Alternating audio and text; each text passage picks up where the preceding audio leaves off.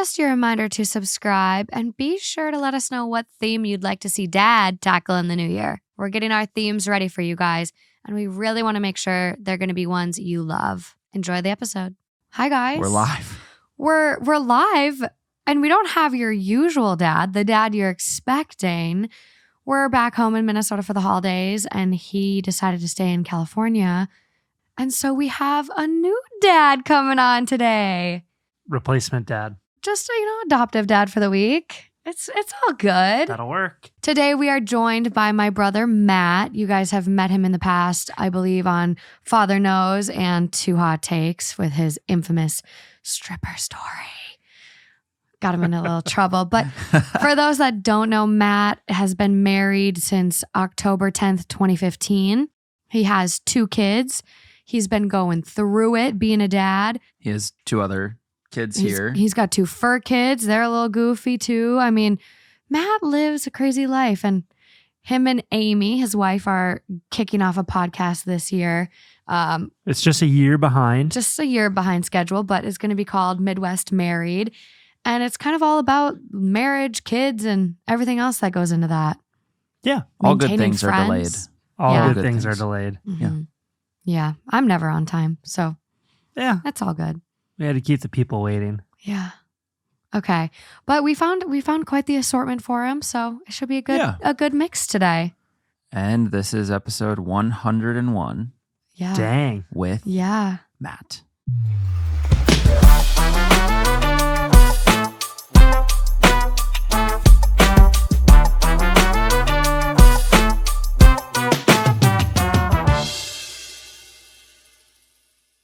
Are you ready? I'm ready. Let's do it. Are you ready? I think so. Okay. Up first. Number one. It's almost 2024, and I'm at an identity crossroads in life. I'm a mid-30s wife and mom who recently became unemployed with a major issue with declaring I'm a stay-at-home mom. My recent unemployment came from a cut at my job I've worked at for 10 years, and with that cut led my husband being tickled pink of me becoming a stay-at-home mom, 2 kids all in school minus summer. It sure surprised me to lose my job, but it also surprised me to come to realize my husband was so wanting this to be our path in life. I do understand it's an amazing opportunity that my husband is able to provide this path for our kids and my family, and that provides him with a sense of pride too. My issues are I never thought this would be who I am. Granted, this situation is pretty new, but I'm having a major issue with my own perception of myself. I suppose you could say I've judged moms in the past of being a stay-at-home mom, and I suppose I've been envious of stay-at-home moms too, to have a level of less rat race of life with the kids. I just feel like I'm at a crossroads of who I am, and maybe I am more than my supporting role of being a mom, dutifully being there for my kids, and being my husband's wife.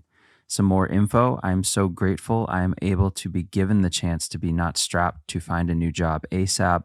I'm so grateful for the support of my family and how excited my kids are over not being in summer school care. They can't wait for the best summer ever to come. But I am worried I will struggle with a lot in the next chunk of time. Ideal outcome, I think my biggest need is to help guide me to believe in myself in this next phase of life and be confident. Okay, guest dad. All right. So there's a lot to unpack with this. I know several stay-at-home moms, and my boss's wife is actually a stay-at-home mom. So we talk about like that dynamic a lot. And I think that when you have had it planned out that you are going to be in a career and working and providing, having a dual income for a long time, you've set yourself up on that path. You've done all the things to be in the working field. And then to be laid off, been there twice, sucks. And your whole world changes. Like, holy cow. It's kind of a confidence crush too. You're just like, right? Oh, it hurts. So I think that ultimately you should take this time. It's fresh. Enjoy the free time that you have because you have had that second income. You're not strapped. Sounds like your husband probably is able to provide enough for you guys to survive. So for instance, my boss, I mean, he makes really good money and they don't need the second income. Once their kids are old enough to stay at home alone, she's going to go back into the working field and then they're going to be crushing it. But there's nothing wrong with being a stay-at-home mom. And like ultimately, if you take this little bit of time and you give the stay-at-home mom thing a try and you don't like it, go back to work. You can do that. Regardless of what your husband super excited and tickled pink about it. Like, Yeah. ultimately it's your life and it's your career. And if you want to go back and find somewhere else to build that, go and do it. Yeah, I totally agree. I think it can be a for now, not forever. And enjoy this summer. Like, have one summer of no working with your kids. You're going to the zoo, you're going to the aquarium, you're bopping wherever. But then after that, they're getting older. They're in school full time during the year. I mean, there's flexible jobs that can still let you make it to your kids' practices and games and concerts and things like that. But I mean, if it's stay-at-home mom or even a part-time gig that gives you a little self-fulfillment, but still lets you make it for everything, then that's what you do. But enjoy the little break and getting to spend time with your kids while they're young, because they're not young forever. This is true. And that's what I was going to say. Enjoy the experiences that you're able to have with them now and do something that you wouldn't have done before. Yeah. Yeah, I think you guys nailed it, because additional info, I don't really want to find another job. I had the most flexible 9-to-5 job before that allowed me to be present for kids' activities, school help, any and everything for my kids. I already do most everything anyway in terms of home, kids, family life, as my husband has a pretty demanding job that's high up at his company. He's also the only one on an executive level team who had a working spouse, which would lead him to be excited for me to connect more with his partners, wives, and husbands. I'm just embarrassed by being laid off. I prided myself on being someone who could do it all: fulfilling career, several kids, happy marriage, and a great connected family. And now I feel less than, which is exactly what you guys picked up on right away. Yeah, which how do you deal with getting laid off? Which I will just say, like, I think layoffs right now are so scammy. Pizza Hut is a big one I keep seeing. And the Pizza Hut CEO made $22 million or something crazy. And I saw some stat that with all the people they laid off, he could pay for them to have increases, all of them, and still make $4 million more than those people. And it's like, it's not like getting laid off, I really think has nothing to do with you. I think it's like this capitalist corporate greed that we got going right now. And Matt's getting a little heated over here, but wrong show. Okay, do I think that there's a lot of greed in the world? Yes. I mean, wrong show. We're going to dive down into a financial hole here. Yeah. But how do you deal with getting laid off? Right. So layoffs happen for a number of reasons. I've been with companies that have been acquired and then have been laid off. I've been with companies that have gone bankrupt and been laid off. I've also been with a smaller company that the owner was having some relationship issues and getting divorced and craziness, and was the whole like team was laid off. So I think you just have to take it for what it is, as like, this is what's transpiring. This sucks at the time because most people are, holy shit, I need to make money to live and support myself. Well, you have unemployment as a little bit of a backup. Take that time and figure out what you actually want to do with the rest of your life and which direction you want to go. Anytime I've been laid off or I've left a job, it's always been for the better, even though at the time it sucks. Yeah. And it's hard to like realize that, dang, the next thing I do is going to benefit me. I'm going to learn new things, new opportunities, new experiences. And it's hard to see that at the time.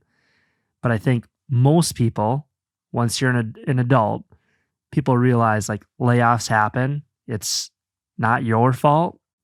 Yeah. Well, and if this is the first time you've been through it too, it's like, oh, it just hurts. It like you put so much of your life into a company, 10 years, and then to get laid off, you're like, well, what did I do all that for? Am I not good enough to keep? But I think after 10 years, it's clear you were good at your job. Otherwise, you wouldn't have been there 10 years. And you were able to do it all. I mean, Yeah. this doesn't take away from anything, any success you've had Mhm. by being this multifaceted person that can do it all. You You've can proven do it you all. can. Yeah. Right. So But if you don't have to. Right. But like Matt said, if maybe it's hard to realize in the moment, but if you flip this into a positive, Mhm. look at it. Wow, I've been given this chance to take a break, step back and reevaluate. What do I really want to do going forward? Then yeah, it can be a really nice thing. And it doesn't take away from everything else you've accomplished. Mhm. Yeah, exactly. Yeah. Yeah. Keep us posted. I would love to have an update from you. Yeah. I think that'd be great to hear how the summer went, and Yeah. Yeah. that'd be cool. That'd be good. Onward.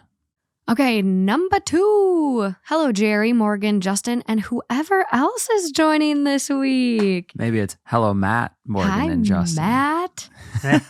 Hey. I have some in-law issues that I need some fatherly advice on. I have always had a great relationship with my in-laws. I never understood in-law issues because mine were always so great until now. My in-laws own a business and my sister started working there a few months ago.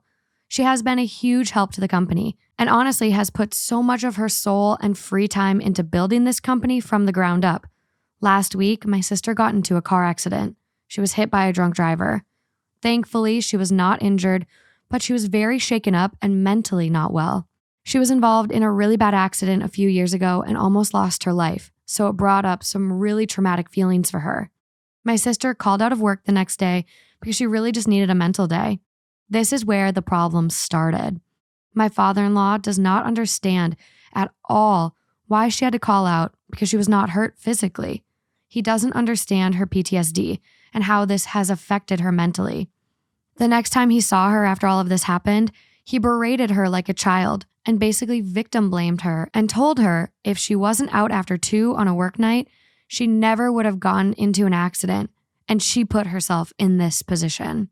My sister goes to a lot of concerts and is often out late, but she always goes to work the next day. There was no way of knowing she was going to get into an accident. My sister was in tears her entire shift, and he would just not let up. He kept bringing it up even though he could see how upset she was. I feel absolutely disgusted by his behavior. I understand he runs a small business and one person calling out can result in having to close the store. But where is his empathy? A simple, quote, "That was unacceptable, don't let it happen again," would have been fine. But to do what he did was torture. I feel so lost on what to do. My husband feels like he should have a talk with his dad, but I don't think his dad is a very rational person.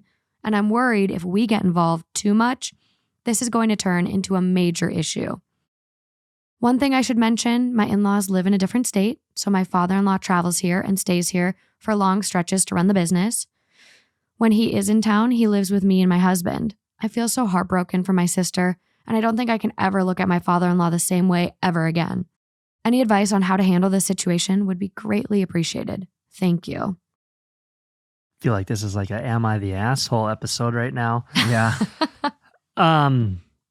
I'd really love to know what the father-in-law's age is. Yeah. This sounds like an old school type mentality. Yep. Suck it up. Don't show emotion. Don't have emotions. Bury it. Like, get to work. You should be at work. And for the sister that was in the accident, good for her. Plays like a champion. Shows up for work usually. Doesn't matter if she goes out, parties, whatever. Yeah. Play like a champion. No excuses. Right? That's the rule. So it's not her fault, and she did nothing that she deserves it, or it's not her responsibility to make sure that everybody else in the world drives sober. Like, that's not her fault. She's had these experiences that have shaped her. And I could imagine if you nearly lost your life, that would bring up some bad memories. Oh my God, yeah. To take a mental day after getting into an accident, this is not the end of the world. If the store needs to close for a day, probably not the end of the world. It honestly, your father-in-law, I agree, is being ridiculous. And I don't know if it's going to help if you even have the talk with him, because is he so set in his ways? But you could absolutely tell him how you feel. You have a right to feel the way you feel, and then move on. And your sister can choose that she doesn't want to work for somebody like that. Right. She can go find a different job. Mm-hmm. When it comes down to it, like, your sister did the right thing. She did what was best for her at that point in time, and good for her. Yeah. Fuck your father-in-law. Yeah. Well, I think that's the hard part too. Like, working with family can be so challenging. Working for a small business can be so challenging because there's not a lot of other people to pick up the slack. And it's unfortunate that she was treated this way, but I think you make a great point of going forward. Is this the environment she wants to work in, where she isn't valued from a human standpoint? Even though she's family, she's kind of another cog in the wheel. It's unacceptable to miss one day because you went through something traumatic. And I think that is going to be the question to really ask going forward. I was curious how much the family piece was, playing into this. Would he treat another employee this way? Someone that he's like not close to? But at the same time, with business, you do need to separate. If it is a family business, you do need to separate the two. Mm-hmm. Not everyone can, though. It's hard. Unless someone goes too far, then obviously it's like, if you are completely disrespected and treated horribly, it's hard for them to be like, well, that's just business, and then we're going to be fine when we go to our family gathering. But you still need to be able to separate the two to an extent. So I don't know how much that played into this, because I think it boils down to what kind of work environment do you want to work in, more than it does, do you want to work within the family? Because I think I don't think it had too much of an effect, obviously, because of the way he reacted. Right. And I was going to kind of say that, because it's not his daughter. It's the daughter-in-law's sister. Exactly. Yeah. So, like, was it just an in? And then is it really like a family business? Or is it just, oh, that's my daughter-in-law's sister that works for us? Right. I used to do staffing, and when I would hire for some different managers, like, I have this person in my head, and just like gruff and rough around the edges and zero empathy, because at the end of the day, it's all about the business, right, and there's no human side of it. That I would have a hard time working there.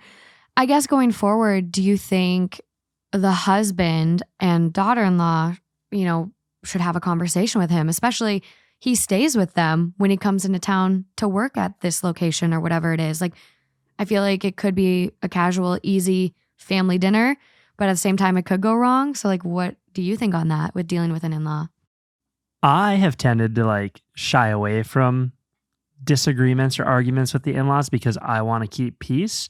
But I think if there was this ongoing issue or it kept coming up, I would have a sit-down conversation. It could be at the dinner table, which it might end dinner early, but I would just say, I would have both the daughter and the husband, and maybe even the husband kind of brings it up like, hey, Dad, we've been thinking a lot about this. We want to talk to you about how you treated X, Y, and Z.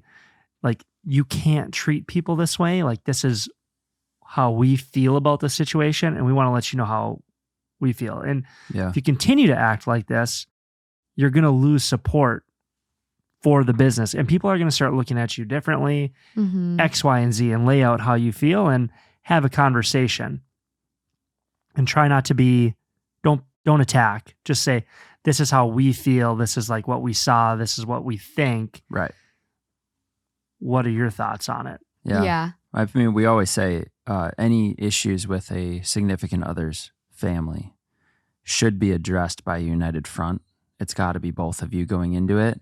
Totally. Because if, let's say you as the kid to the parents that you're having the issue with as a couple, if you just go, it's not going to look great, because they're going to be like, oh, they're just making you come do this for them. If if Morgan would go do it on her own, then it's like, well, it's not really my then place. Then I'm not fully supporting it. So it's seen as well, that might not be his interest.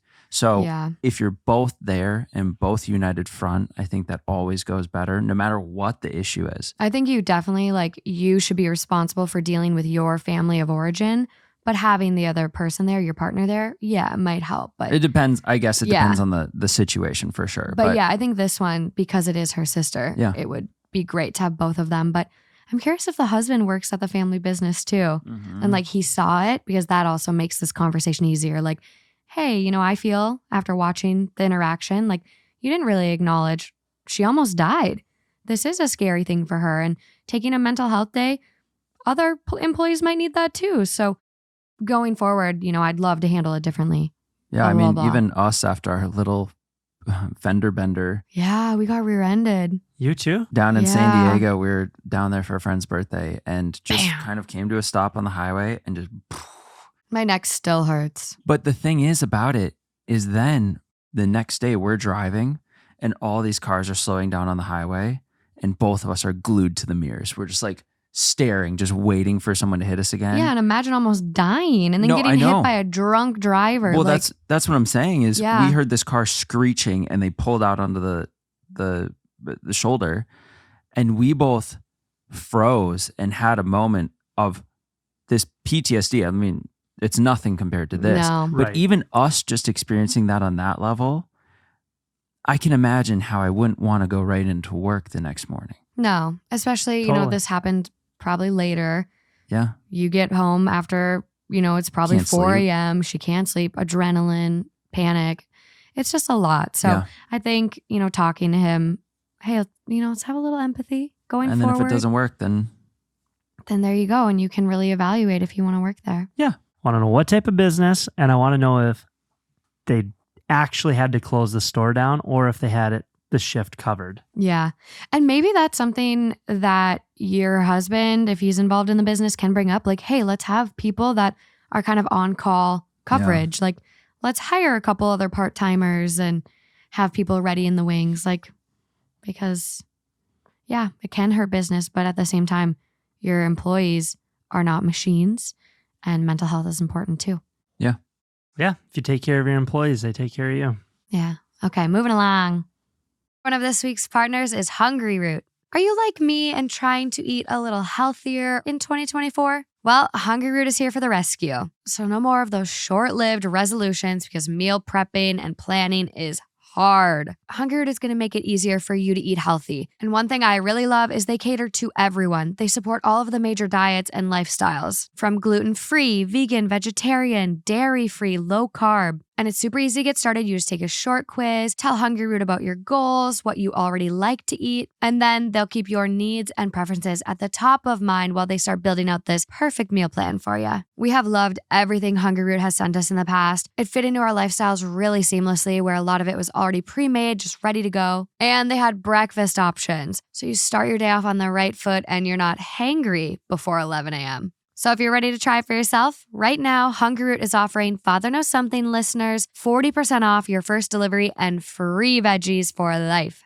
Just go to hungryroot.com/FKS to get 40% off your first delivery and get your free veggies. That's hungryroot.com/FKS. Don't forget to use our link so they know we sent you.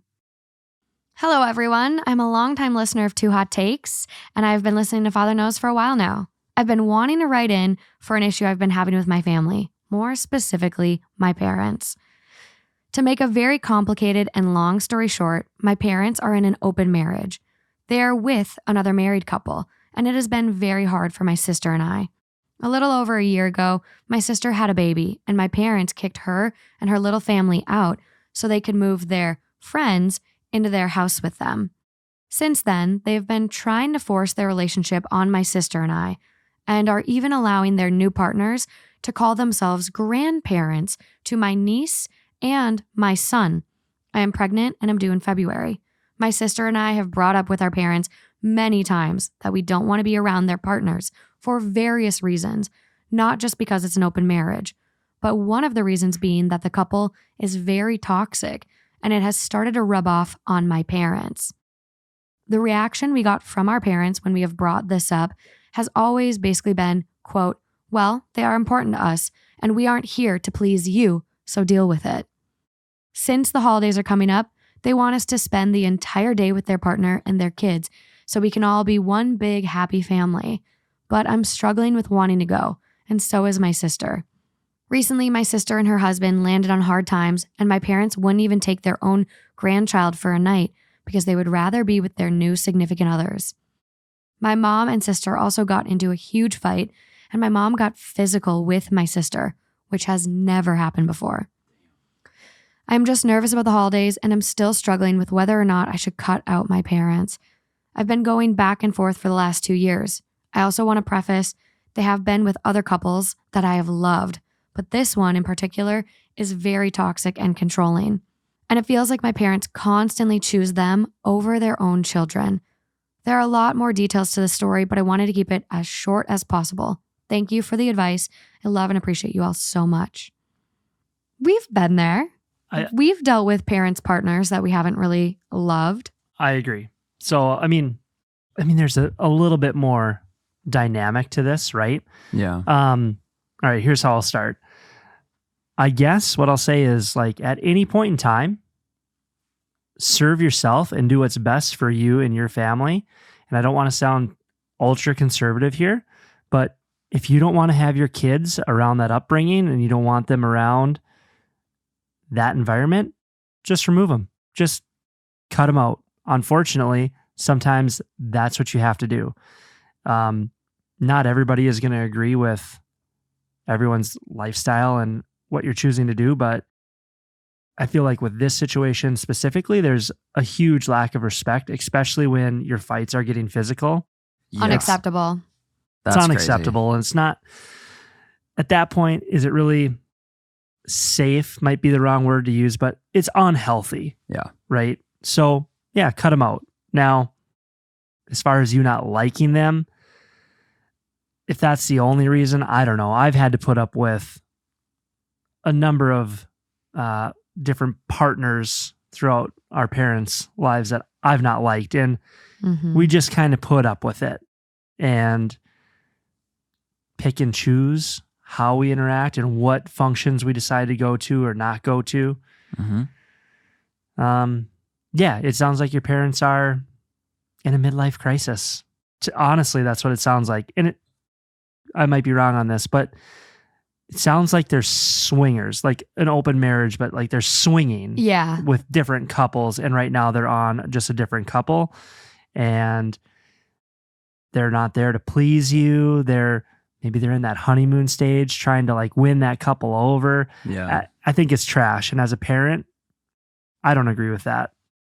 Yeah, I think like there's a lot of to each their own. Like you can say that. Like if you want an open relationship and you want to do, poly and all of that, like that is totally whatever floats your boat. Right. But when it starts affecting your kids, and granted they're grown adults, you can't expect them to still want to be a part of your life.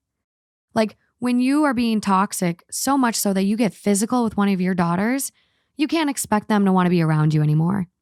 And I think there's a lot of justification here to cut off your parents. And I think, there wasn't an additional info. Ideal outcome, I'm not really sure. I have many feelings and truly don't know what outcome I want. 1, do I cut off my parents? 2, do I just try and stick it out and continue to be hurt? Why do you want to continue to be hurt? You can go low contact. You don't need to cut them out completely. You can maintain an okay relationship and catch up here and there and see them, but it doesn't have to involve your kids. It doesn't have to involve this other couple. You can pick and choose what relationship with them that you have, but if they don't want that and they're like, nope, you need to have my partners involved, otherwise I'm not involved, then that's the choice they're also making. Yeah. Comes down to setting boundaries then, right? Yeah. So set your boundaries and you're the adult, you're the parent of, your son and your sister's daughter. You're the parent, set the boundaries. And if people don't respect that, then there's consequences to not respecting those boundaries. And I just thought of one of the points you brought up is that the couple that they're now swinging with, they want to be called grandpa. And grandpa. Yeah, grandma and grandpa. I'm sorry, fuck no. I disagree with that because it sounds like they've had multiple couples and it's not a for sure thing. They're not locked in. They're not locked in. Yeah. So that would be one of my boundaries is absolutely not. They are to be called by their first names, and it's not grandpa or grandma, anything like that. It's grandma and grandpa's friends, Tom and Judy. I mean, Yeah. Exactly. that is the most ridiculous thing. I think that and like the comment, like, we're not here to please you, so deal with it. Like, hey, mom, dad, like, this is a conversation. Like, let's be respectful of each other. That was really annoying to me. But I mean, we just had this conversation now with Justin and I getting engaged. Like, does he transition to uncle now? And it's like, well, yeah, he's a little more locked in, but I completely agree. I think that's a bit different. No, but I'm just saying, like, you can have these conversations. Like, I think a lot of us have non-traditional lives where our friends become kids' aunt, uncle. You know, we can choose our family, but the difference is this is not your chosen family. This is your parents and this partner or partners trying to push for grandma, grandpa It's too. It's them wanting the title. Yeah. I didn't come in saying, "Oh, we're engaged now. Guess what, kids? I'm uncle." They've started that. Yeah. I walked in and it was like, "Uncle Justin." I'm like, "Yeah, sweet." Like it wasn't. It's different when it's being demanded from the top down. And Yeah. it's like, no. I mean, we see that a lot where it's like, "No, I'm your mom now," with the stepmoms coming in. Yeah. Like all these stories. I think the bottom line here is like, regardless of what type of relationships our parents have, because like obviously our parents who have been with people we haven't really liked or agreed with or have not been the healthiest, their relationship was more simple. But still, take complexity of an open marriage out of it, and we still put ourselves, our mental health, our safety first, and would advocate for ourselves, you very much so with your kids, about, you know, I'm just not comfortable being in that space. Whatever you do with your relationship, you're going to do. But you have to look out for yourself. Right. And if they're offended, it's like, you guys can control what you want to go do. That's Mhm. fine. I'm going to react and control what I'm going to control. Mm-hmm. There's nothing wrong inherently about either side. Yeah. It's just, I don't want X in this environment, and I'm making that choice for them. I agree. And when you're gonna set the boundaries and pick and choose what you're comfortable with, those are some hard conversations. Yeah. And just stick to your guns, because the person that doesn't agree and like wants you to not have that boundary, they're gonna push back typically. Well, Yeah. they're already doing it. At least they're already starting to have hard conversations. I feel Mhm. like a lot of the time you're people pleasing. And it's like, God, I have to have this conversation. You put it off. They're already in it though. So it's just another hard conversation. Just tack it on. Let's go. How have you, because you've had those with your kids and really advocating for your family, how have you like held your guns? Do you have any advice for anyone that might have to have these hard conversations with their family members? Like do it in person, do it over a phone, give them space, like any tips? I guess however you feel comfortable delivering the message. I think if you're able to keep your cool and not yell, not argue, but just very factual, lay out how you feel.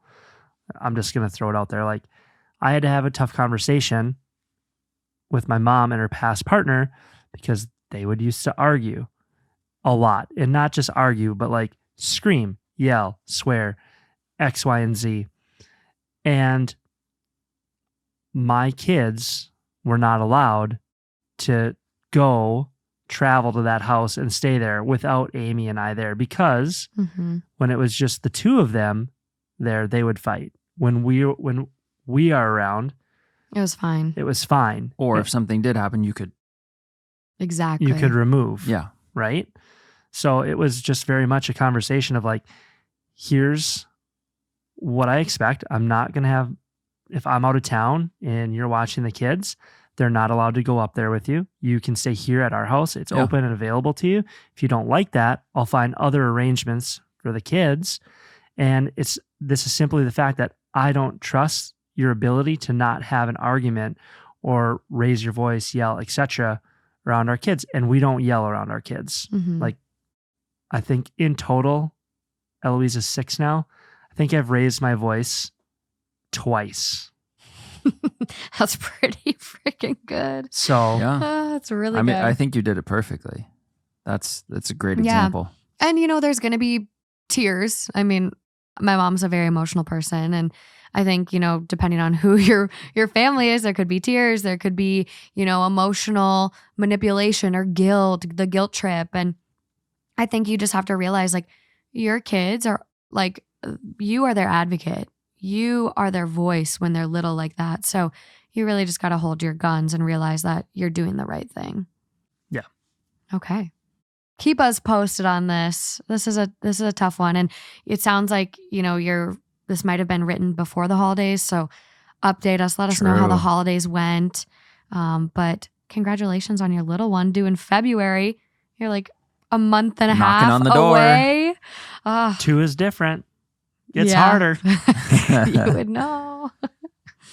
This episode is brought to you by BetterHelp. Is there something you did last year that you're really proud of? Maybe you learned how to set boundaries a little better, practice self-care a bit more. I know the new year can be a time of looking forward to getting better and doing new things for ourselves, but we should also reflect on what we did good last year, which means it might be a great time to give therapy a try, because with therapy, you can find your strengths so you can ditch the extreme resolutions and make changes that are actually going to stick. And if you're thinking of starting therapy, give BetterHelp a try. It's entirely online, designed to be convenient, flexible, and suited to your schedule. I have loved online therapy in the past. The convenience factor was huge for me. Online therapy made it easy, had a sounding board, someone I could vent to. It was really great. And something I'm going to be picking up again this year. Super easy to get started. You just fill out a brief questionnaire. And one thing I really like is that you can switch therapists at any time at no additional charge. Celebrate the progress you've already made. Visit BetterHelp.com/FKS today to get 10% off your first month. That's BetterHelp, HELP.com/FKS.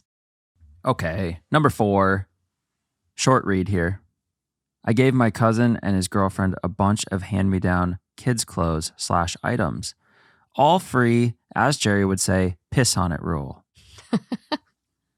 As a parent, I always give away my kids' things I no longer need for free or very cheap to try and help other parents out. A few months go by and his girlfriend is selling the hand-me-downs for way more than they're worth. They both also have decent paying jobs and are not hurting for money. Is it rude that I no longer want to give them hand-me-downs and would rather give them to someone who will give them away for free or sell for cheap when they are done with them? No, I think this is extremely rude. For me, I know the piss on it rule. I know you should give things without any dictation over where they go, what happens to them. But like, you think you're doing a kind thing, giving them to someone who could benefit and need them, and then they turn around and sell them. I'd be donating them to a women's shelter from now on. I would not give them to these people that are, both doing okay and then selling them for more money. Like, give them to people who actually need them. I think that is totally fair. It's your shit. You're spending your hard-earned money on it. Give it to people who actually need it. Yeah. I'd be pissed.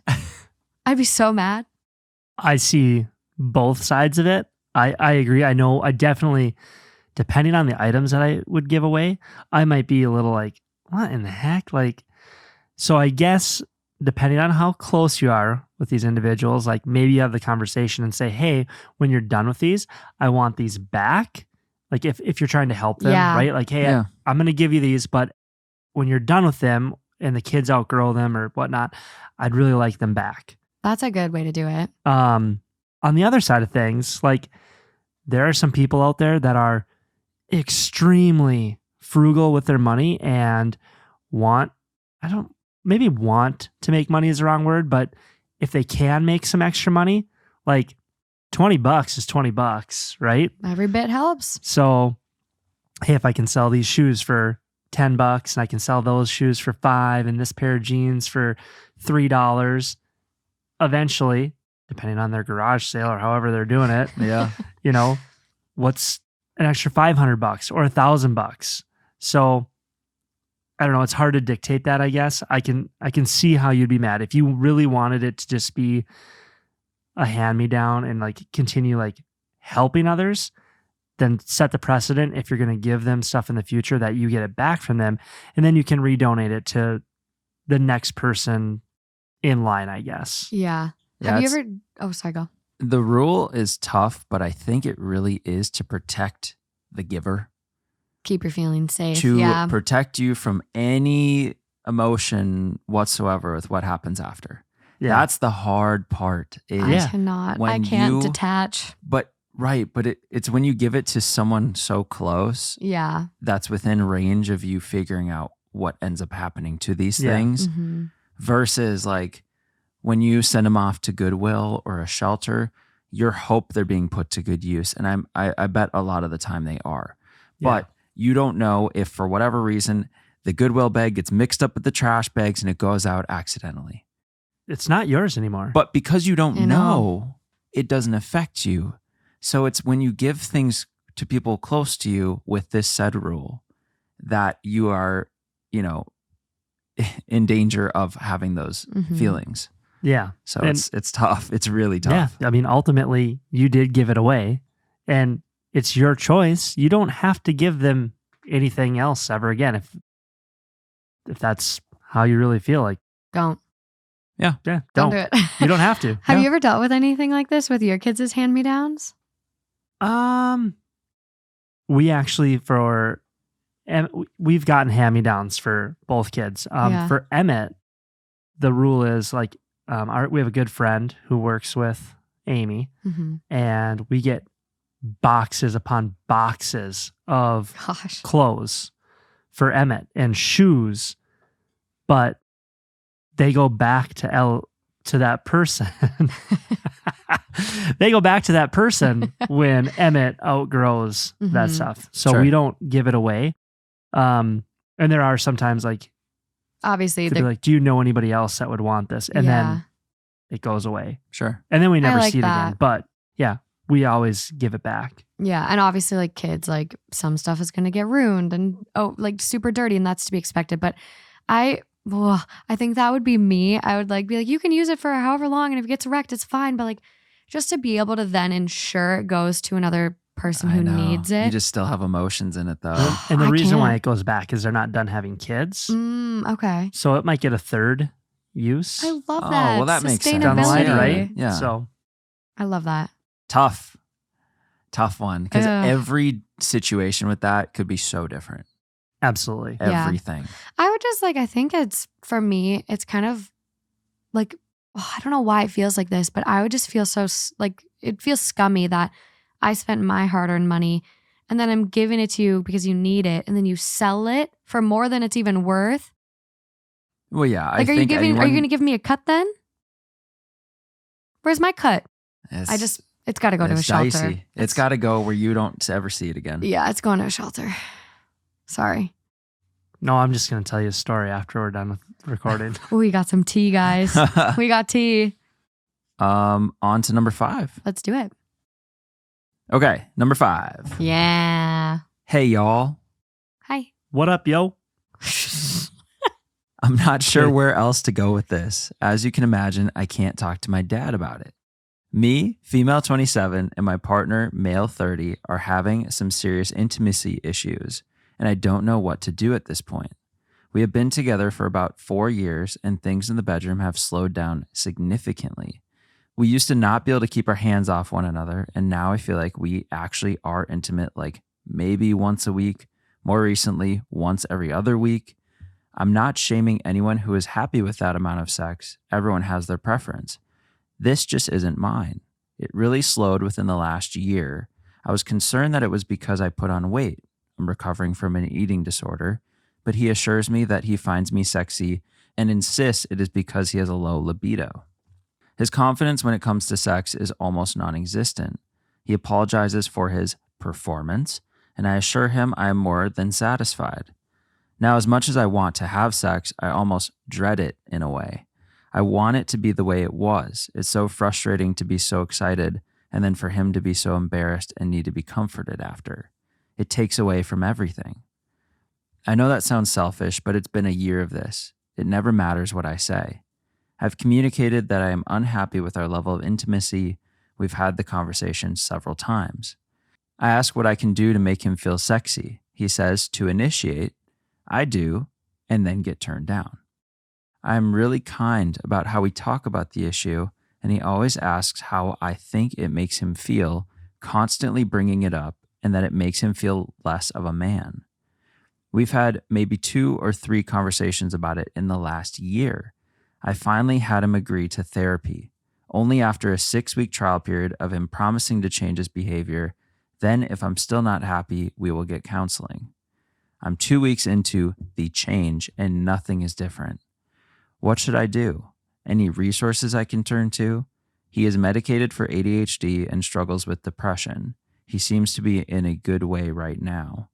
I don't know. I feel like it's me and it's eating me alive. Sorry for the length. Any help is appreciated. Gosh, there's a lot there. All right, I'll just dive in. Let's do it. So I think it's only been 2 weeks. I think that you have to give it time, like for the therapy. Mm-hmm. Like it takes time. Things don't just happen overnight, especially with somebody who is dealing with some major insecurities. I think that talking about it is good with somebody else. Counseling, I think maybe even just start that as well, along with the therapy. And I think sex for guys can be difficult at times. There's performance issues, right? Climaxing early or just not. I think there's a lot of pressure for men to be able to perform in the bedroom. So I guess where I'm going with this is like, there are issues and he needs to like start addressing it and working on it. And like they make pills now that can fix that. And maybe that's not the performance issue we're talking about, right? Yeah. I'm not sure what it might be, but work on it together and start explaining like, oh, we're going to use the same example. Hey, you came early. That's okay. You can still please me, finger me. Yeah. Do other things. Yeah. Use this toy until you get back in the game, whatever it may be. And this is really all I got. No, I think you're on the right track for sure. And I it sounds like our writer here is doing everything right. You're talking about it. You're trying to handle it in a delicate way. You're encouraging therapy. And I think 2 weeks, you're spot on with that. 2 weeks is too soon. I think even the 6 of seeing a therapist every week is, I think it's going to take some time. No, it's 6-week trial. And if nothing changes, we start therapy and counseling. Oh, I thought they had started. Only after a 6-week trial period of him promising to change his behavior. And if I'm still not happy, we will get counseling. I think at this point, therapy should be non-negotiable. I think he's dealing with some stuff, and depression can really affect your libido and things like that. But he seems good, but is he good? I think therapy could be great. There's also sex therapists that work with you two together. It's Yep. kind of a blend of therapy while looking at it from a lens of intimacy and sex and adaptations and things like that. But therapy for me, after this, year of issues and him kind of wanting to sweep it under the rug and getting defensive, getting defensive is expected, but I think it would be time for therapy.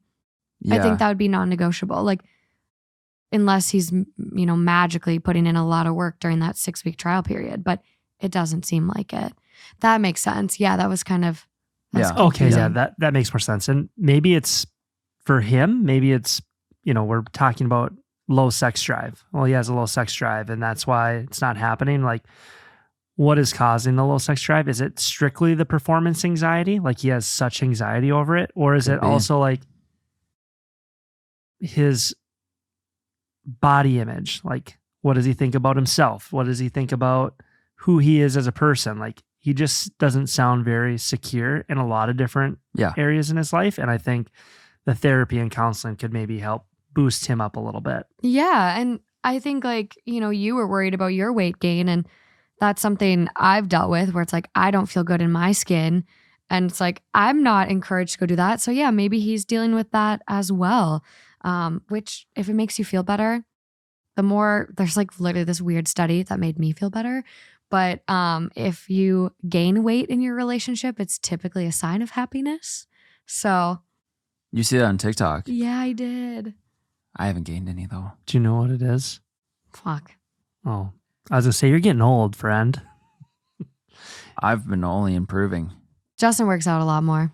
I don't work out at all. See, Right here now. I thought she was saying that you gained weight, but No, I gained weight. So I'm like, it Oh, means I'm you did. happy. It means I'm happy. So there's that to feel good about. But yeah, I think there's options here to work through it, but it is hard. How long have they been together again? 4 years. Yeah. So like, when do you kind of get to a point in a long-term relationship where, you know, you're trying to encourage growth, you're trying to work on issues, but you know, after a certain time period, you might have to call it, or, you know, this is a hard one because before this libido issue, everything seems like it's perfect. Their sex, their chemistry, their compatibility really lined up. It's just this now bump in the road. Honeymoon stage is over, right?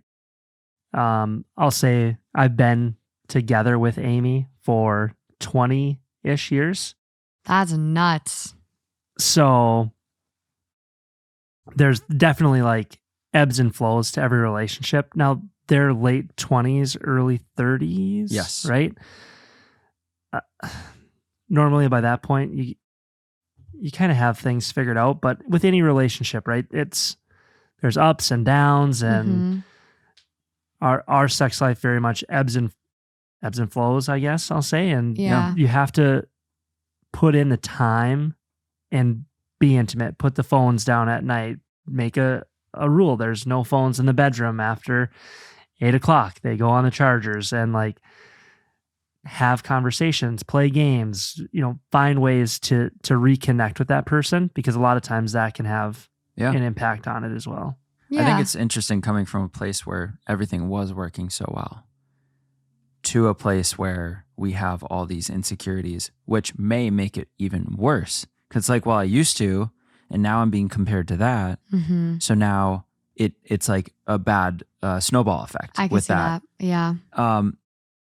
But the thing is, I'm getting the sense that from her perspective, at least, she's making it such a comfortable environment, which if anyone has had any of those issues, having a partner that's like, no, everything's great.